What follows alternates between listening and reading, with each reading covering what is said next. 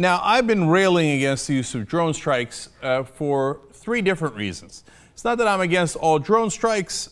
For example, if we had bin Laden or the current leader of Al-Qaeda, Ayman al-Zawahiri, our target, I think it's very likely that I would push that button, and a lot of liberals and progressives would be mad at me for that. It's a violation of international law. I understand all that.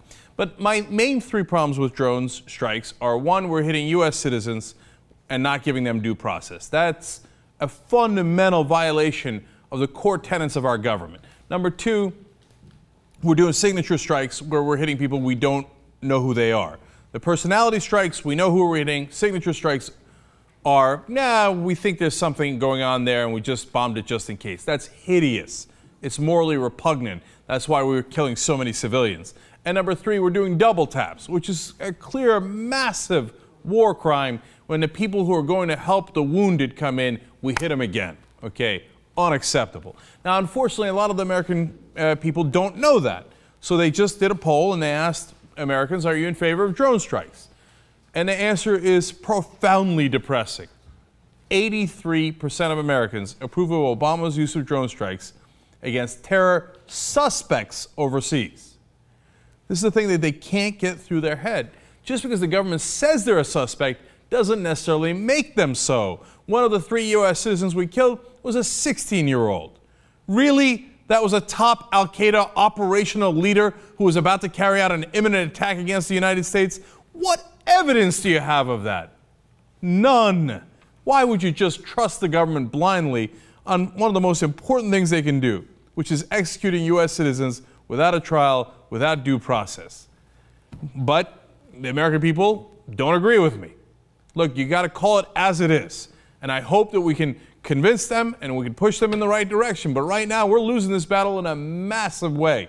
The American people are saying, drone on. In fact, they say, what if those suspected terrorists are American citizens living in other countries? 65% still say yes, even if they're U.S. citizens. Only 26% disapprove. Oh, it's hideous, hideous, hideous.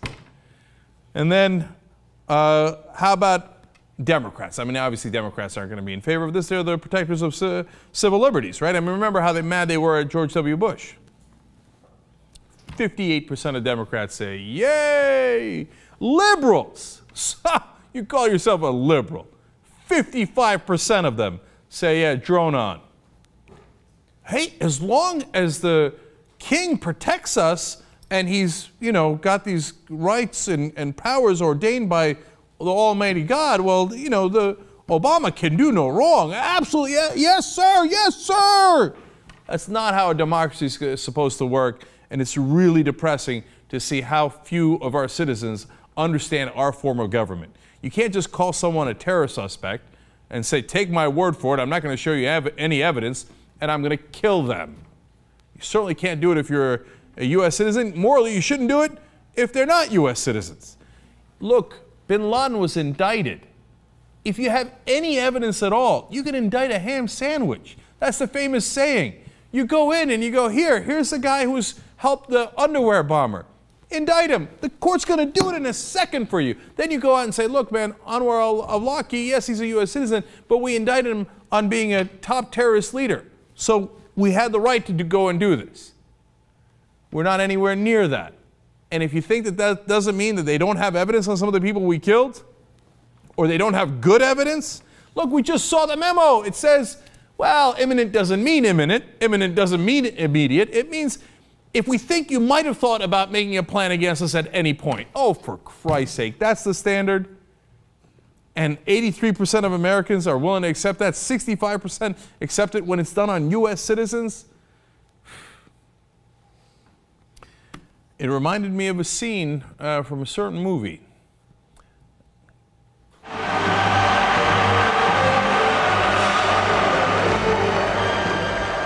So this is how liberty dies. With thunderous applause. With thunderous applause. That's exactly why Obama's so dangerous. Because he gets the Democrats to disarm. He gets the liberals to agree to things that are nowhere near liberal. If Bush was doing this, Romney was doing this, McCain was doing this, liberals' heads would be on fire.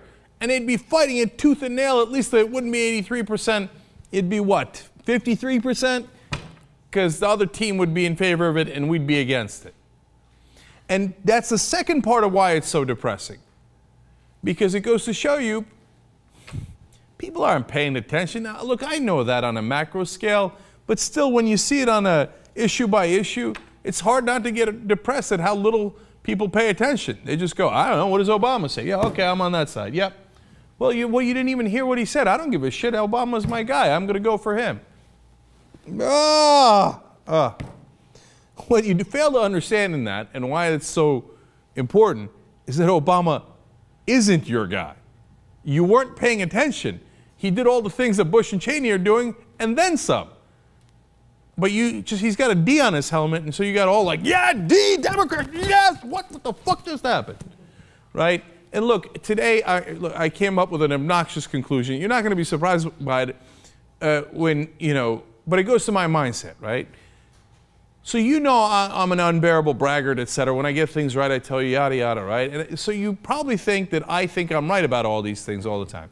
But in reality, I'm full of doubt. Every day I think, do I have it wrong, And I used to think that about Iraq war. I was like, why? I mean, the 90% of the country seems like, everybody on fucking TV, everybody in the media is saying what a wonderful idea it is.